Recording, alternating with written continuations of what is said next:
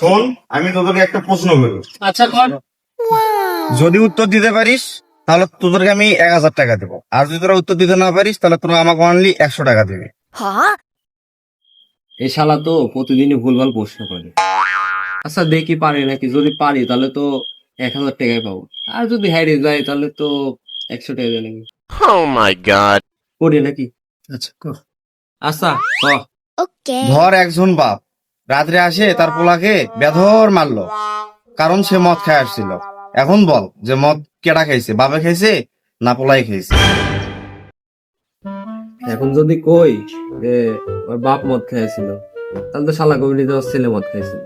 আর যদি কই যে ওর ছেলে মদ খেয়েছিল, তাহলে কবিনি যে না, বাপ মদ খেয়েছিল।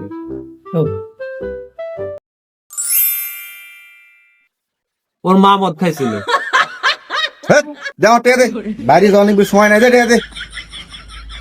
কি ভাই হয়নি? কি হয়নি?